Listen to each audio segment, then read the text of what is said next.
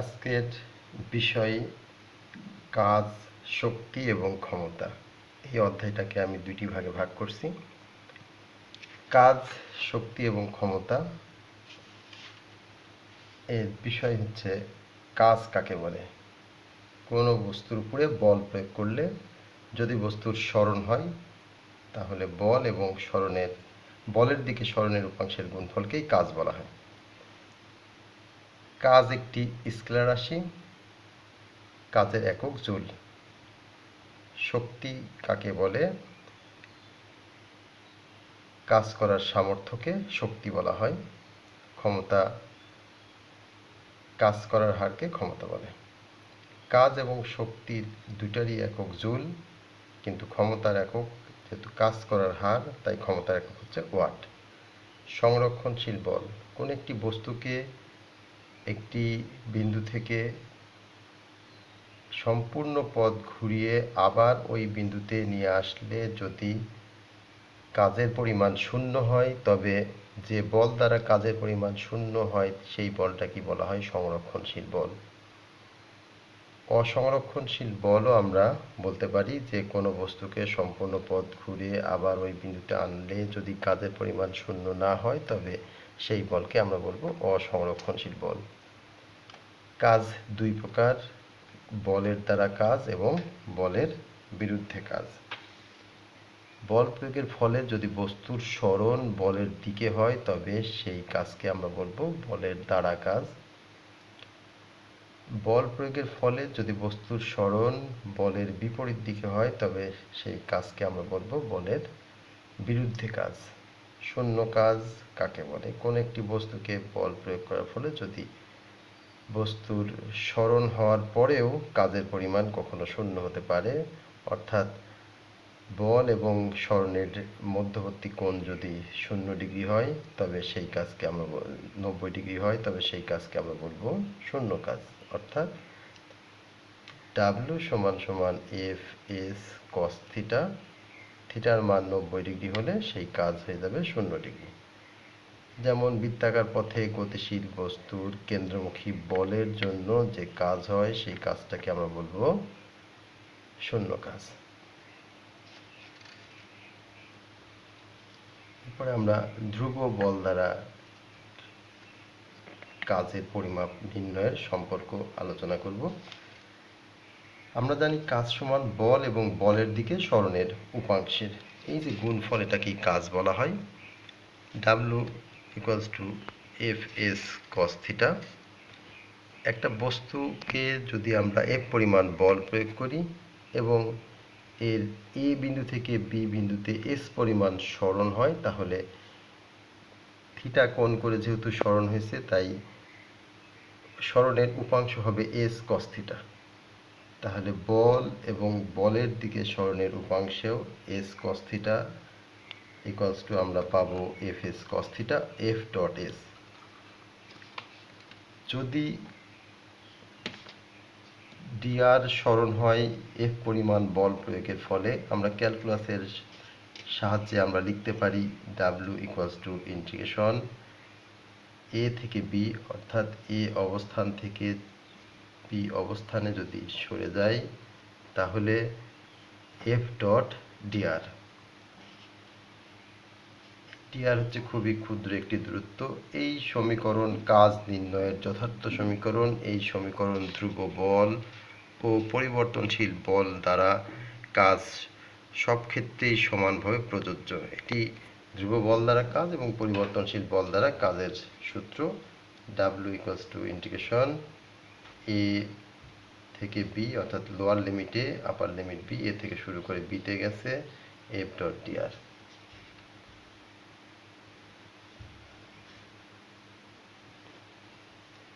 পরিবর্তনশীল বল দ্বারা কৃত কাজ। আমরা এই চিত্রে দেখতে পাচ্ছি যে x1 থেকে x2 অবস্থানে, অর্থাৎ y অক্ষের দিকে F এবং x অক্ষের দিকে যদি আমরা সরণ স্থাপন করি তাহলে x1 থেকে x2 অবস্থানে প্রতিটি ক্ষেত্রেই বলের মানের পরিবর্তন হচ্ছে। একটি ক্ষুদ্র অংশ বিবেচনা করলে আমরা লিখতে পারি W equals to limit delta x tends to 0 summation F I delta x I. এখানে ডেল্টা এক্স আই বলতে এখানে ক্ষুদ্র ক্ষুদ্র কতগুলো ভাগে ভাগ করা হয়েছে। ক্যালকুলাসের ভাষায় W equals two integration x1 থেকে x2 fx dx। এটি হচ্ছে পরিবর্তনশীল বল দ্বারা কৃত কাজ। আমরা একটা এই সূত্র এফএস কস থিটা সূত্রের সাথে একটা অঙ্ক আমরা দেখে আসব। গাণিতিক সমস্যার দালানের ছাদের সাথে লাগানো 7.76 মিটার লম্বা একটি মই দেয়ালের সাথে 6 ডিগ্রি কোণ করে আছে। এইখানে একটা মই দেয়ালের সাথে 60 ডিগ্রি কোণ করা আছে।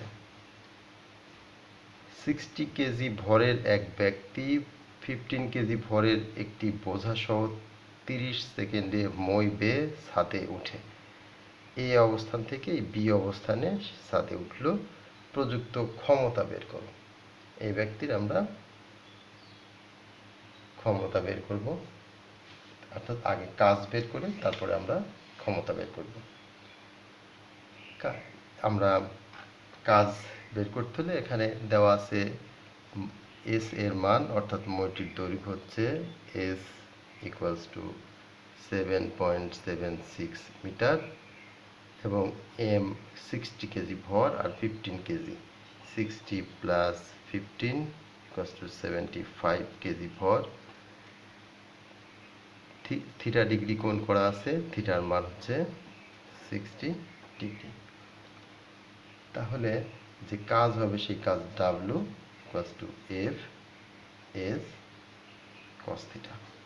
অর্থাৎ বল প্রয়োগ করা হচ্ছে, বলের দিকে সরণ এইচ পরিমাণ সরণ হয়েছে। এই এইচ এর মানই হচ্ছে এস কস থিটা। তাহলে আমরা পাবো W equals to F S cos theta. ক্ষমতা পি ইকুয়ালস টু ডাব্লু ভাগ টি। এখান থেকে আমরা পাবো F S cos theta by T. F হচ্ছে M G S cos theta by T. এখন এম এর মান 75, 9.8, এস 7.76 বাই সময় আছে 30 সেকেন্ডে। 30 সেকেন্ডে 30 এত। এখানে যে অ্যান্সারটা ক্যালকুলেশন করে আসবে এত ওয়াট।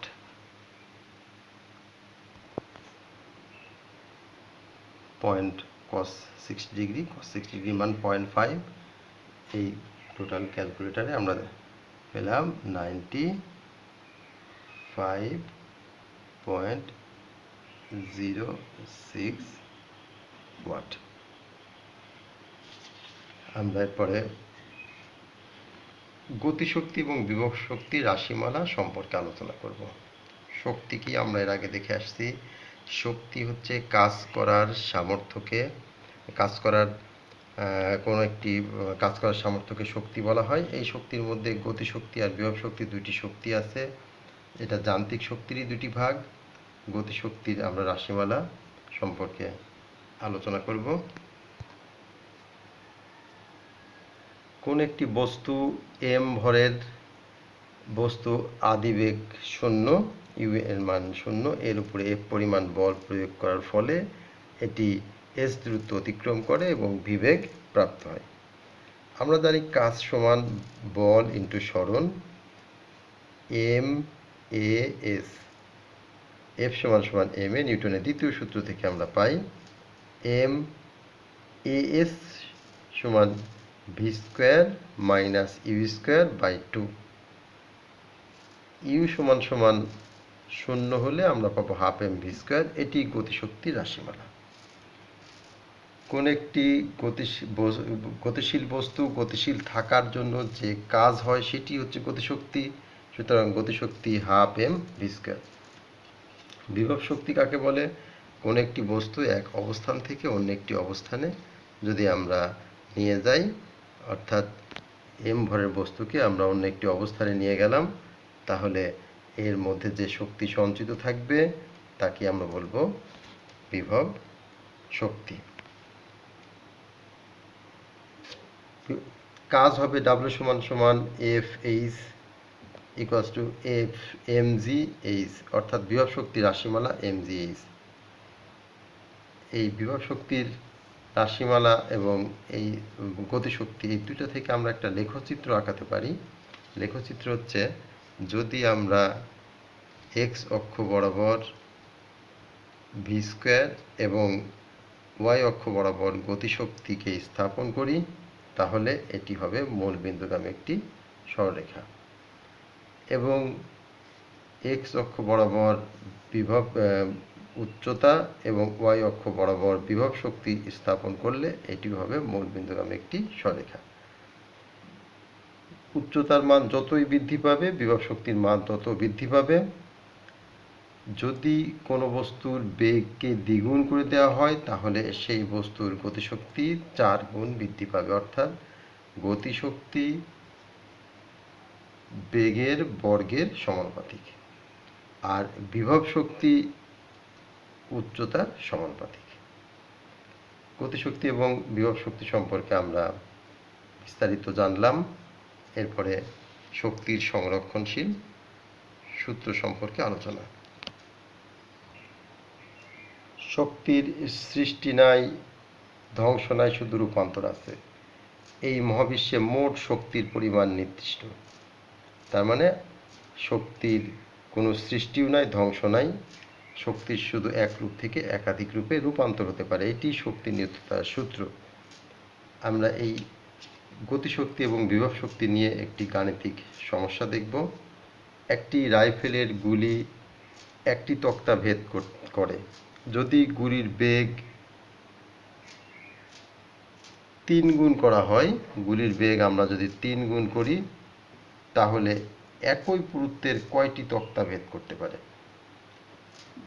এটা গতিশক্তির একটি অঙ্ক, যে যদি একটা তক্তা ভেদ করার গতিশক্তি EK1 এর মান হচ্ছে আমরা জানি হাফ এম ভি স্কয়ার, তাহলে n সংখ্যক তক্তা ভেদ করার গতিশক্তি হবে EKN এর মান হাফ এম, এবং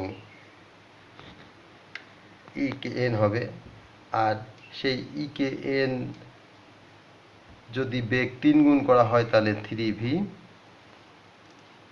হোল স্কয়ার। তাহলে বেগ 3 গুণ করলে যে গতিশক্তি, সেই গতিশক্তি থেকে n সংখ্যক তক্তা ভেদ করতে পারে।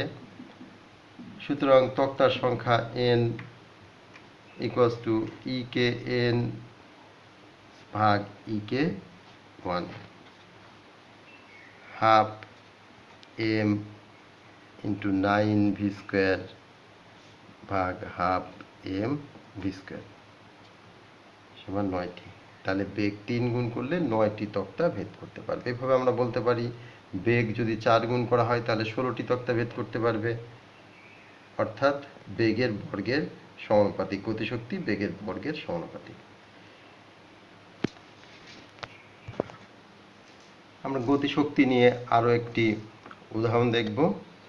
একটি নিউটনের ভর 1.67 into 10 to the power -27 KG এবং এটি 4 into 10 to the power 4 metre per second বেগে গতিশীল। এর গতিশক্তি নির্ণয় করো। ভর দেওয়া আছে 1.67 into 10 to the power -27 KG এবং বেগ দেওয়া আছে 4 into 10 to the power 4 metre per second.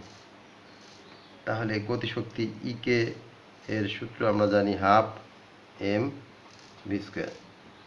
Half M হচ্ছে 1.67 into 10 to the power -27 into 4 into 10 to the power 4 whole square.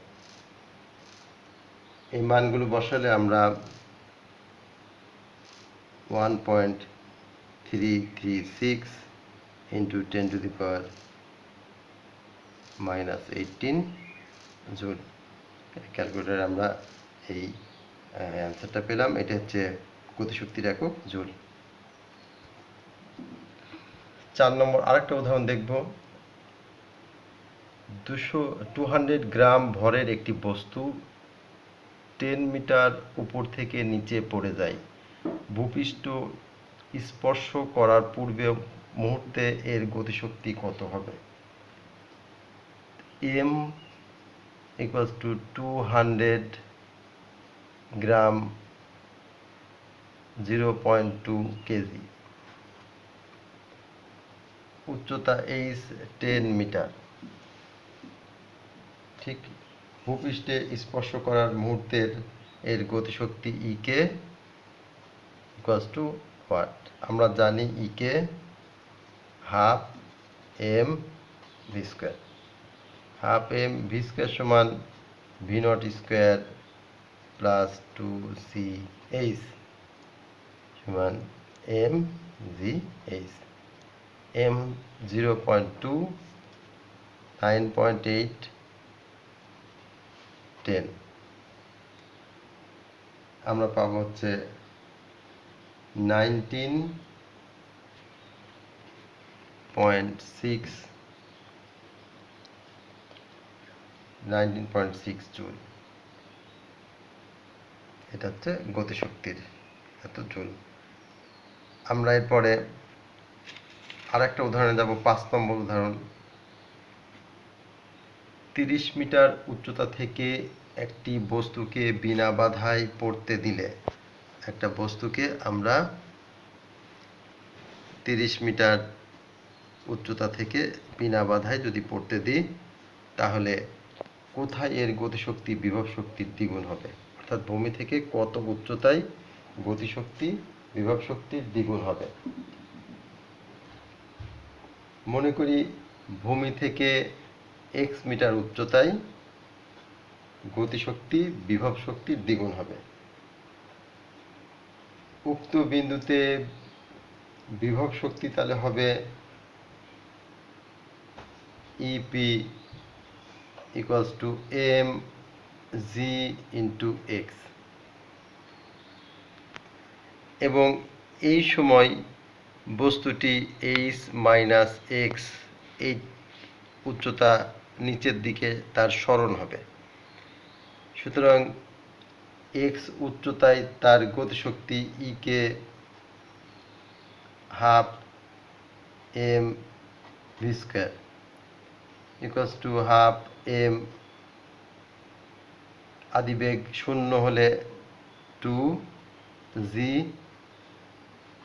Minus x। প্রশ্ন মতে গতিশক্তি বিভব শক্তির দ্বিগুণ। আমরা গতিশক্তি পেলাম mgh minus x, mgh minus x equals to বিভব শক্তি হচ্ছে mgx, দ্বিগুণ 2 দিয়ে গুণ করে দিলাম। h minus x equals to 2x বা h ইকুয়ালস টু 3x। সুতরাং x এর মান আমরা পাবো h ভাগ 3 ইকুয়ালস টু 30 ভাগ 3, 10 মিটার। অর্থাৎ ভূমি থেকে 10 মিটার উচ্চতায় গতিশক্তি বিভব শক্তির দ্বিগুণ হবে।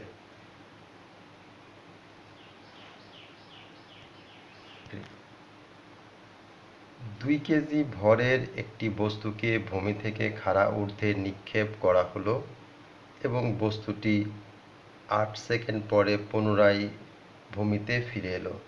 নিক্ষেপণের মুহূর্তে এবং 2 সেকেন্ড পরে বস্তুটির বিভব শক্তি ও গতিশক্তি বের করো। এখানে বস্তুর ভর m 2 কেজি, এবং 8 সেকেন্ড পরে পুনরায় ফিরে এলো। বিচরণকাল 8 হচ্ছে t সমান 8 সেকেন্ড, অর্থাৎ বস্তুটি একবার উপরে গেল আবার ভূমিতে ফিরে আসলো। এই যাওয়া এবং ফিরে আসার সময় হচ্ছে 8 সেকেন্ড। ঠিক নিক্ষেপণের মুহূর্তে এই অবস্থানে এর গতিশক্তি এবং বিভব শক্তি বের করতে হবে আমাদের। আমরা জানি t সমান 2 v0, এখানে v0 আদিবেগ ভাগ c, সেখান থেকে v0 এর মান আমরা পাবো t g ভাগ 2 সমান 39.2 মিটার পার সেকেন্ড। এটা হচ্ছে আমাদের আদিবেগ। এখন ঠিক নিক্ষেপণের মুহূর্তে EP1 0, কারণ h ইকুয়ালস টু 0। সুতরাং বিভব শক্তি শূন্য হবে, কারণ আমাদের বিভব শক্তি সূত্র mgh, h এর মান শূন্য, তাই বিভব শক্তি শূন্য। গতিশক্তি E কে এর মান হবে half m v square, half m 2 KG 39.2 square equals to 1536.64 joule. এটা ক্যালকুলেশন করলে আমরা এটা পাই। তাহলে আমরা পেলাম ঠিক নিক্ষেপণের মুহূর্তের গতিশক্তি এবং বিভব শক্তি পেলাম। এখন 2 সেকেন্ড পরের গতিশক্তি আর বিভব শক্তি। তাই 2 সেকেন্ড পরে বেগ নির্ণয় করতে হবে। 2 সেকেন্ড পরের বেগ v equals to v0 minus gt। v0 এর মান হচ্ছে 39.2 মাইনাস 9.8 ইন্টু 2, এটা আসবে 19.6 মিটার পার সেকেন্ড, অর্থাৎ বেগ আমরা পেলাম 19.6 মিটার পার সেকেন্ড। এখন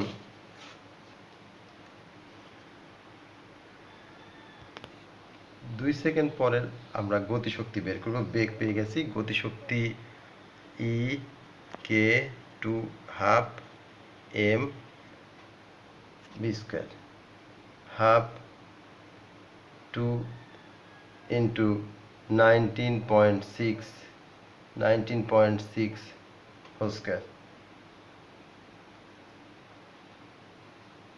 সমান সমান আমরা লিখতে পারি 384.16 জুল। এবং বিভব শক্তি ইপির মান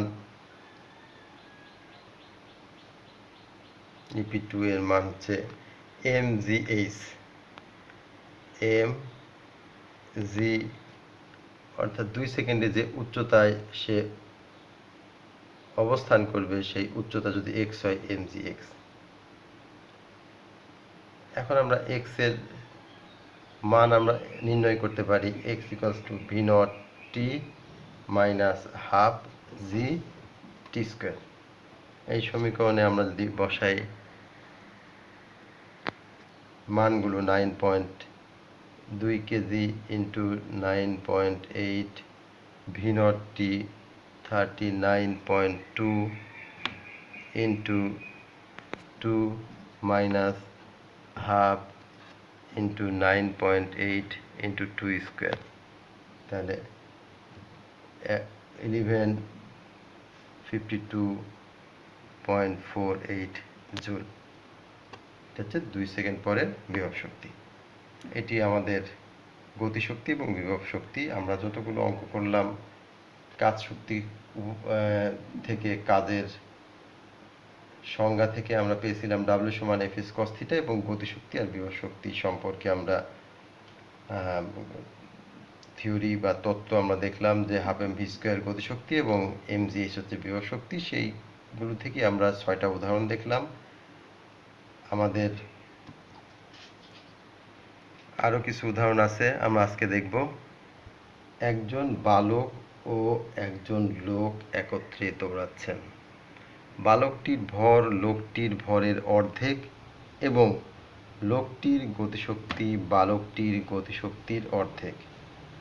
লোকটি যদি তার বেগ 1 মিটার/সেকেন্ড বৃদ্ধি করেন তবে তার গতিশক্তি বালকটির গতিশক্তির সমান হয়। এদের আদিবেগ বের করতে বলছে, লোকের আদিবেগ এবং বালকের আদিবেগ। প্রথমে বালকের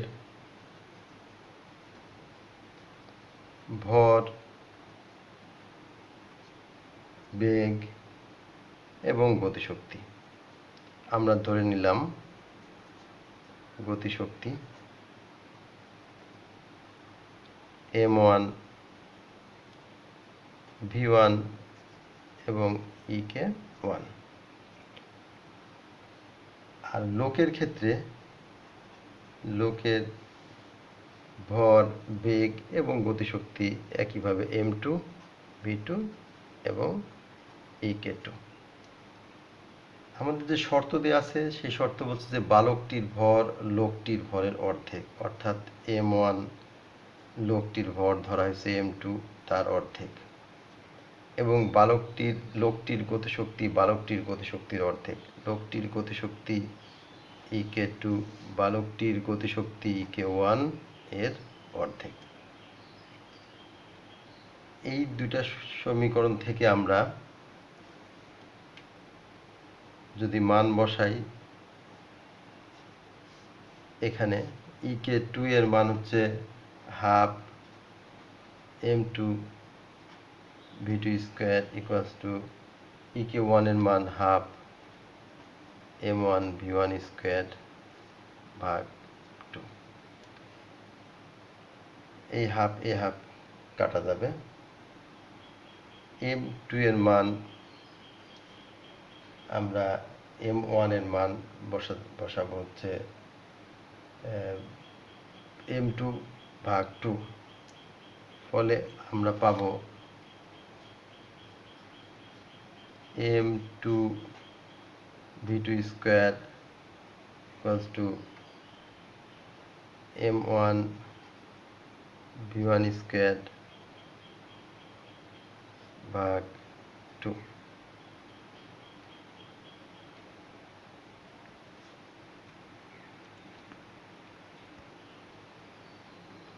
এখান থেকে আমরা বা m2 v2 square equals two m1 এর মান m2/2 যদি বসাই, তাহলে m2 v1 স্কোয়ার বাই 4। এটা কাটা গেল, তাহলে আমরা পাবো v1 square equals two 4 v2 square. সুতরাং v1 ইকুয়ালস টু 2v2। আমরা একটা পেলাম যে বালকের বেগ লোকটির বেগের দ্বিগুণ। আবার এখানে আরেকটা শর্ত আছে যে লোকটি যদি তার বেগ 1 মিটার/সেকেন্ড বৃদ্ধি করেন তবে তার গতিশক্তি বালকটির গতিশক্তির সমান হয়। অর্থাৎ বালকটির গতিশক্তি কে1 সমান হবে লোকটির গতিশক্তি, নতুন যে গতিশক্তি কে2 ড্যাশ, এইটার সমান হবে। কখন এই কে2 ড্যাশ হচ্ছে 1 মিটার/সেকেন্ড বেগ বৃদ্ধি করলে। বালকের গতিশক্তি হাফ m1 v1 স্কোয়ার আর লোকের গতিশক্তি half m2 v2 plus 1 whole square. এখানে 1 মিটার/সেকেন্ড লোকটি বেগ বৃদ্ধি করছে, হাফ কাটা। এখন m1 এর মান m2/2 v1 স্কোয়ার সমান m2 v2 plus 1 whole square. m2 এবং m2 কাটা। এখন আমরা v1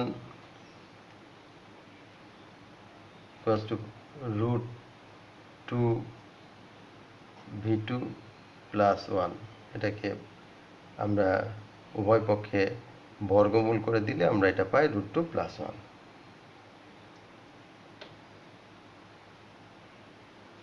এখন v1 এর মান আমরা জানি 2v2, তাহলে এখান থেকে আমরা 2v2 equals to √2 v2 plus √2 এটা আমরা লিখতে পারি যে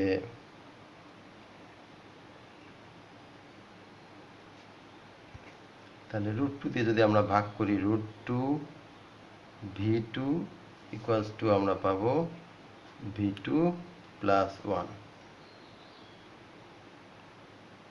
এটা √2 মান 1.414, v2 যদি বাদ দিই 0.414, v2 ইকুয়ালস টু 1, সুতরাং আমরা পাবো v2 সমান 1 ভাগ 0.414 সমান সমান 2.42 মিটার পার সেকেন্ড। এটি হচ্ছে লোকের আমরা বেগ পেলাম। এখন বালকের বেগ, এই শর্ত থেকে আমরা এখানে যে শর্তটা দেখলাম যে বালকের বেগ লোকের বেগের দ্বিগুণ, সুতরাং বালকটির বেগ হবে v1 এর মান হবে 2 into v2, 2 into 2.42 equals to 4.84 metre per second. আমরা 7 নম্বর উদাহরণ দেখলাম। আমরা এখন 8 নম্বরে চলে যাব। কোনো গাছের ডালে একটি আম ঝুলছিল। এক বালক আমটির দিকে খাড়া উপরের দিকে একটি পাথর ছুঁড়লেন। আমটিতে আঘাত করার সময় পাথরটির বেগ ছিল 9.8 মিটার পার সেকেন্ড। যদি ওই বালক আগের তুলনায় অর্ধেক শক্তি ব্যয় করেন, তবে পাথরটি কেবল আমটিকে স্পর্শ করে। তাহলে এই অবস্থান আমের অবস্থান, গাছের ডালে ঝুলছে আর ঠিক এই অবস্থান থেকে একটা পাথর নিক্ষেপ করা হলো। পাথরটি যখন আঘাত করে তখন তার বেগ ছিল 9.8 মিটার পার সেকেন্ড। ঠিক বালকটি যখন আগের তুলনায় অর্ধেক শক্তি ব্যয় করে তখন পাথরটি কেবল আমটিকে স্পর্শ করে। স্পর্শ করা মানে এখানকার বেগ শূন্য হয়ে যাওয়া। আমটি কত উচ্চতায় আছে, অর্থাৎ এইচ এর কত উচ্চতায় আছে। ধরি আমটির উচ্চতা এইচ। প্রথম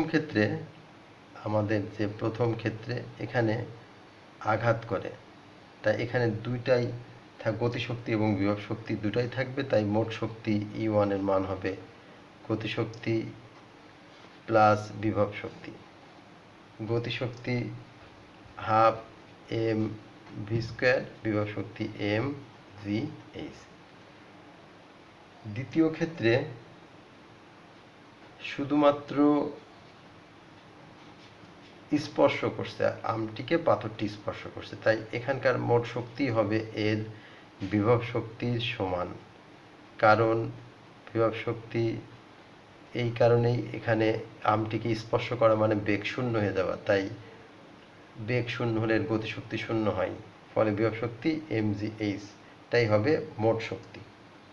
এখন বলছে যে আগের তুলনায় প্রথম যে ক্ষেত্রে শক্তি ব্যয় করা হয়েছিল তার অর্ধেক শক্তি ব্যয় করে দ্বিতীয় ক্ষেত্রে, অর্থাৎ দ্বিতীয় ক্ষেত্রের শক্তিটা হবে প্রথম ক্ষেত্রের শক্তির অর্ধেক। তাহলে আমরা এখান থেকে পাবো mgh equals to half mv² plus mgh ভাগ 2। 2mgh equals to half mv² plus mgh।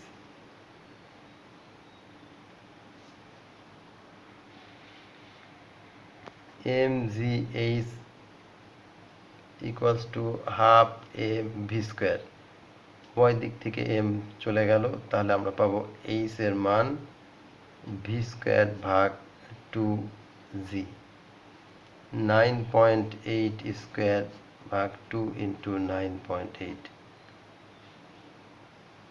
4.9 metre. এতক্ষণ আমরা পার্ট 1 সম্পর্কে যে সূত্র শিখলাম সেই সূত্রের আলোকে 8টি উদাহরণ তোমাদের দেখালাম। সূত্র ছিল কাজ W = Fs cos θ এবং ক্ষমতা P = W/T, গতিশক্তি E কে 12mv² এবং বিভব শক্তি E কে = mgh। এই 4টা সূত্রের আলোকে 8টা উদাহরণ তোমাদের দেখালাম। আশা করি এই গাণিতিক সমস্যাগুলো তোমরা বুঝতে পেরেছো। আজকে এই পর্যন্তই। যদি আমার এই ভিডিওটি তোমাদের ভালো লেগে থাকে তাহলে অবশ্যই তোমরা তোমাদের সকল বান্ধবীদের বা বন্ধুদের কাছে শেয়ার করে দিবে, লাইক দিবে এবং সাবস্ক্রাইব করবে। সকলকেই ধন্যবাদ।